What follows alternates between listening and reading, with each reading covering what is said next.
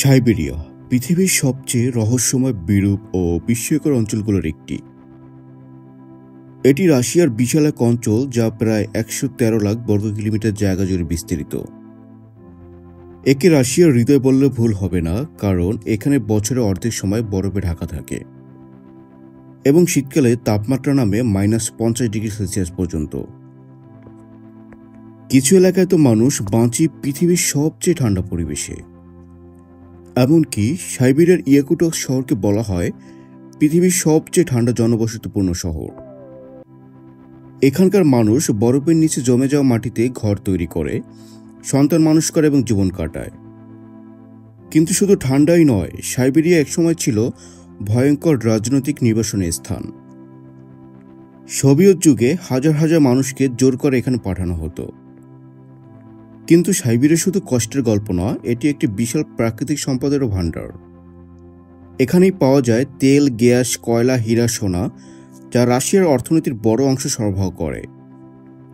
তবুও এখানকার জীবন কঠিন, কারণ মানুষকে শিকার করে, পশুপালন করে, কাঠ কেটে হিমবাহ পার হয়ে জীবন চালাতে হয়। সাইবেরিয়ার বনভূমি, বিশেষ করে টাইগা বন, পৃথিবীর অন্যতম বড় বনভূমি, যেখানে বাস করে হিমালয়ান ভালুক, সাইবেরিয়ান টাইগার ও বহু বিরল প্রাণী। এখানকার প্রাকৃতিক সৌন্দর্য চোখে দেখার মতো। পাহাড়, নদী, হ্রদ, বরফে মোড়া উপত্যকা, যেন এক রূপকথার রাজ্য। গ্রীষ্মে এখানে দিনের আলো থাকে 24 ঘন্টা, আর শীতে থাকে 24 ঘন্টা অন্ধকার, যা সেখানকার মানুষের মানসিক স্বাস্থ্যের উপর ব্যাপক প্রভাব ফেলে। এখানকার আদিবাসীরা, যেমন ইয়াকুত, নেনতেস চুকচি, আজও নিজেদের ঐতিহ্য ধরে রেখেছে।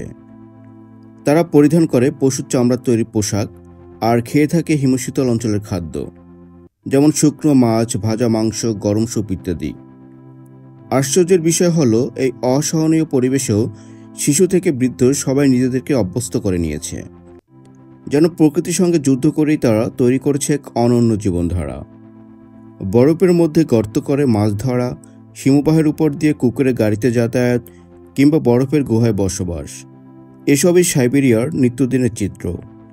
এখানে উন্নত প্রযুক্তি বা বড় শহরের ঝলক নেই, কিন্তু আছে টিকে থাকার অবিশ্বাস্য ক্ষমতা।